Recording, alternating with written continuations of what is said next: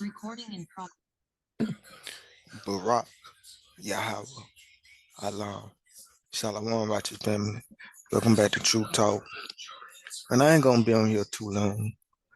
I just want to speak about this little video I seen. I was watching the crazy videos on TikTok, however they name it. But this white dude is talking about basically doing an example how it is to live in South Africa. And before I speak on this, I want y'all to see what he say it's like to live in South Africa.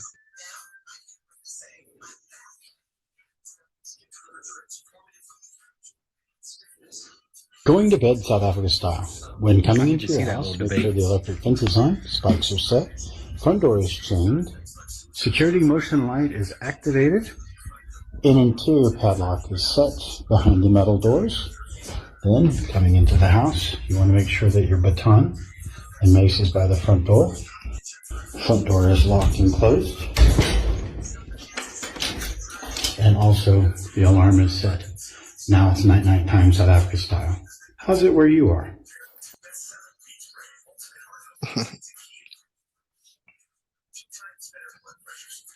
Now, Then, excuse me if I'm just observing and asking questions,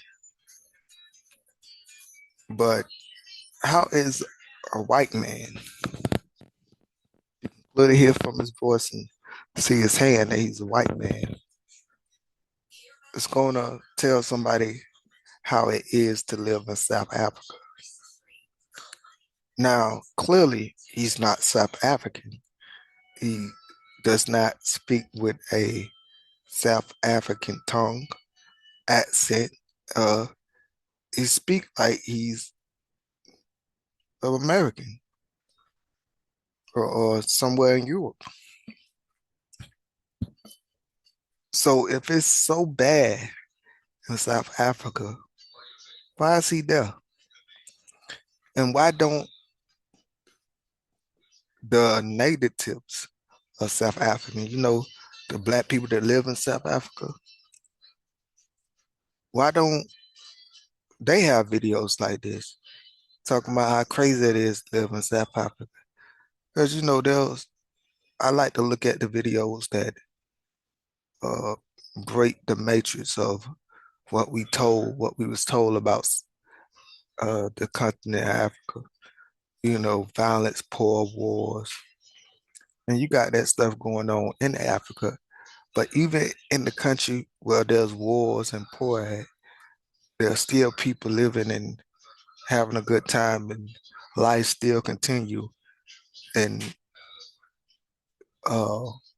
there's this list of the most dangerous places to live, and most of the countries and cities in Africa are labeled the most safest places to live on this earth.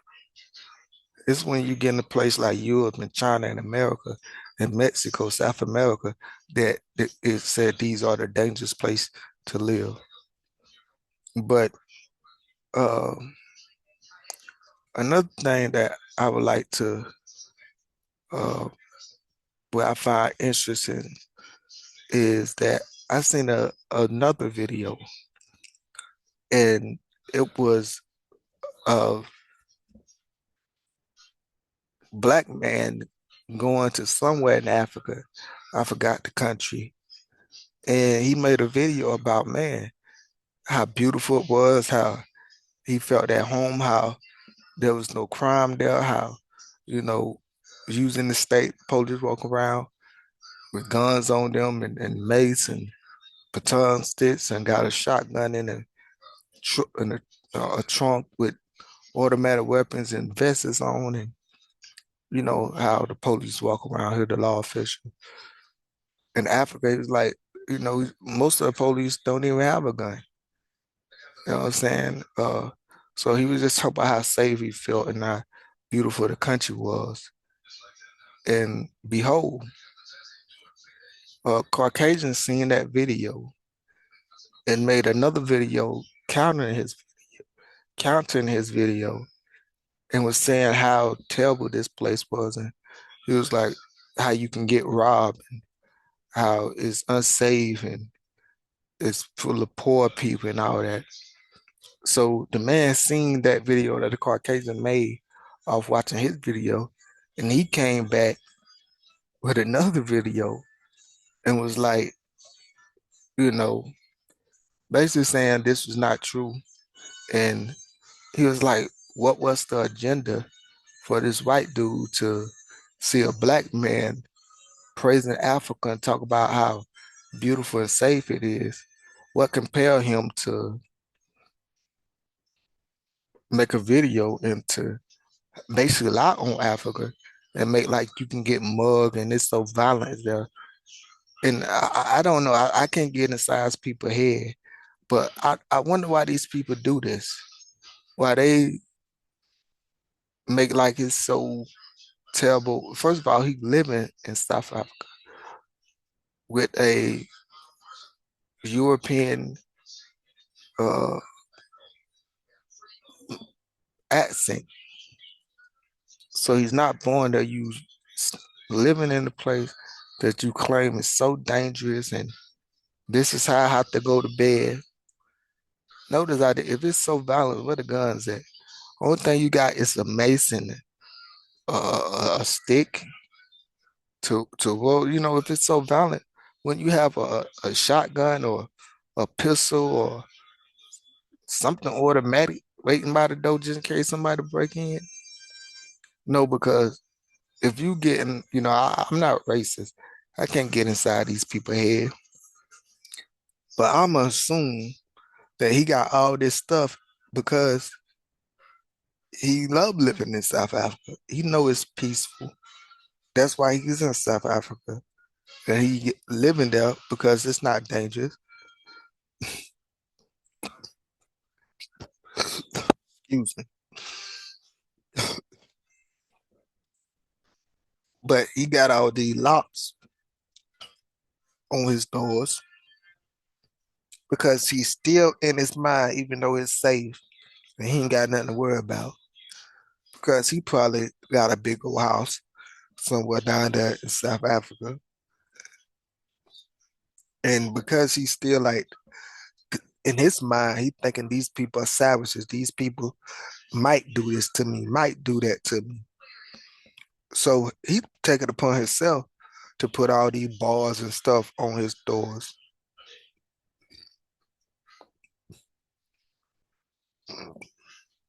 And then want to show us the video of him closing up. To say, hey, look at all I gotta do before I go to bed. But you choosing to do that.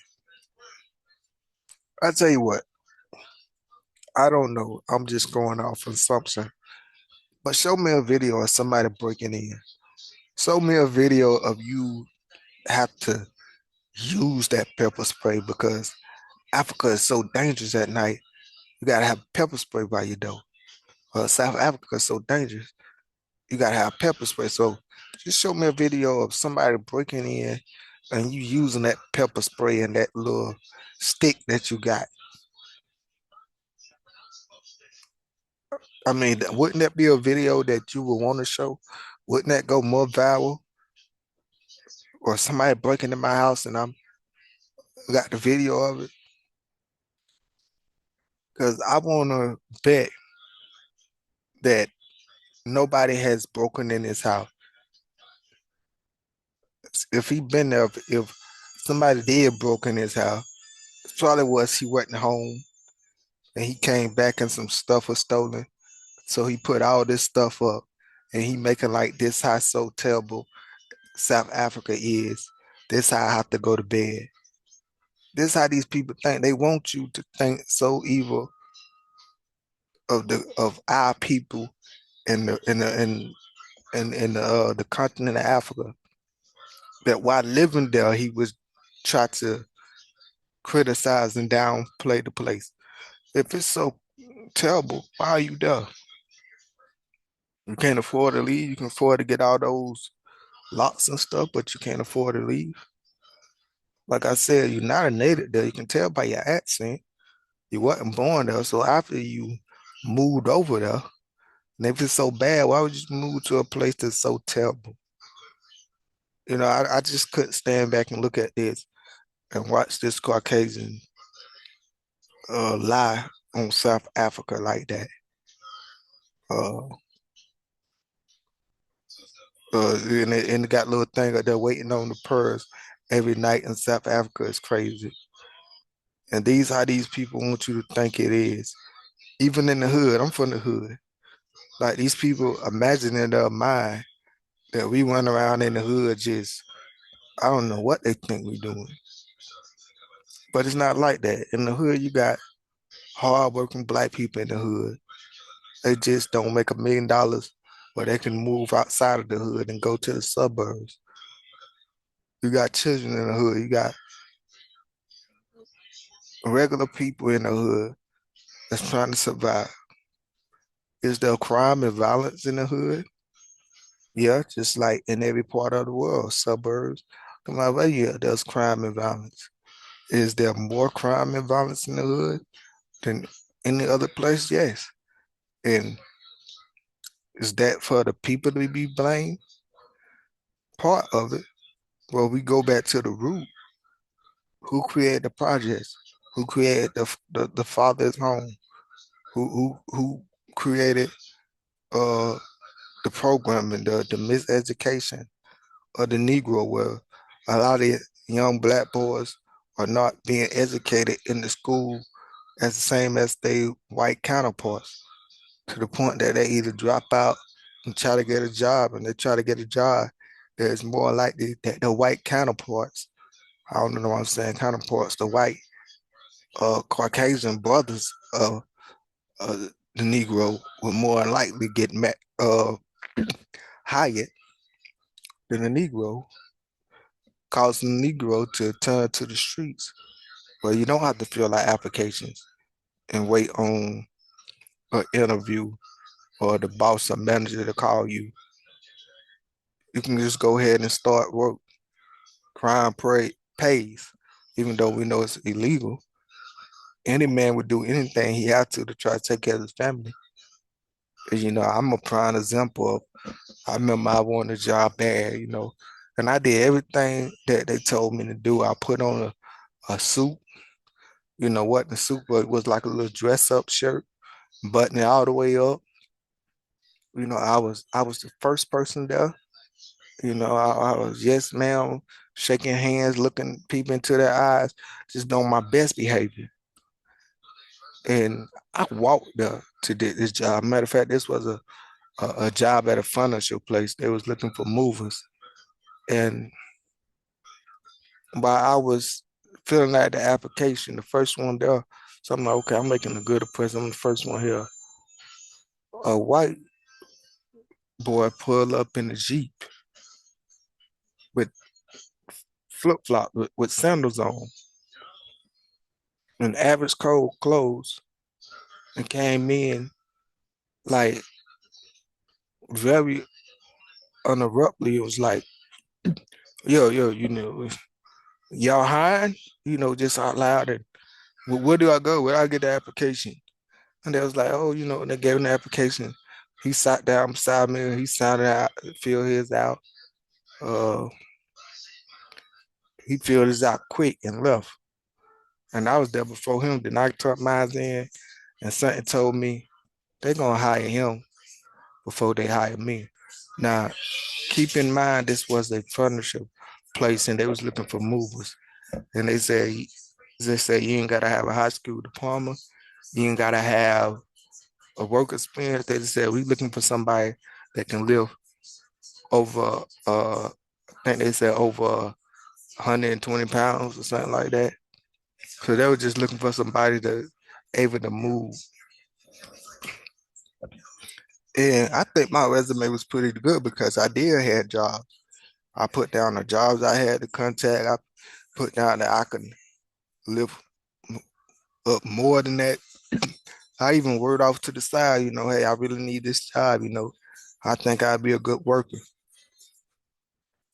And I left walking while he got back in his Jeep with his flip-flops and his laid-back clothes and left. I don't know if it was a Jeep or, you know what I'm saying? But I said, they probably gonna hire him because I'm from the South and I know how they do it. And, it ain't me uh, always putting race involved. I hate people that say that, like, are you ignorant? Like, we live in a world where these things, unfortunately, are reality, especially for Negroes, because we always on the wrong receiving end of it. But nevertheless, 2 or 3 weeks passed. I called and called. They kept giving me a runaround. So finally, I went back up there. Somebody told me, well, just go back up there. And when I went back up there, guess who I seen working there? Yep, the same Caucasian dude that came in after me when I was there. Matter of fact, this how I was certain I was gonna get the job. I was there before they unlocked the doors. When they came to unlock the door, I was standing right there. And I told them where I was there for. And she unlocked the door. She was like, well, give us, about 10 to 15 minutes that us set up. Then once they sat up, they unlocked the door and I came in there and got the application. And uh, like I said, I had me a button-up shirt all the way to my neck. Button up, was early there. Yes, ma'am, no, ma'am. Fill out the application. Told them I really need a job. I think I can do a good job. Told him about the other jobs I had. He came and I was walking. He came driving, flip-flops, agile clothes. Uh, but he got the job. And yeah, they told me that was like, oh, we're not hiring no more. The position has been fulfilled. And it was just a reality that a lot of us got to deal with. And, I was like, man, forget this, why do I have to pander to these people? Well, I know somebody that knows somebody that can, I can be making money. But nevertheless, the illegal way is never the right way or the best way. I never tell a man what to do to feed his family. I just say be wise about the decisions you make because there are consequences, no matter if you have good intentions. Uh, but yeah, I just find it strange that this Caucasian dude is telling you how or giving the perspective or agenda or the illusion is so bad in South Africa that this is how we live in South Africa. No, that's how you live. I'm pretty sure most of the Negroes in South Africa uh, don't worry about locking up like that. But, you know, truth is truth. It ain't got nothing to do with hate or any biases. The truth don't have no hate or biases. It just have correction and judgment. At the end of the day, let y'all be true and every man a lie. Until next time, Shalom.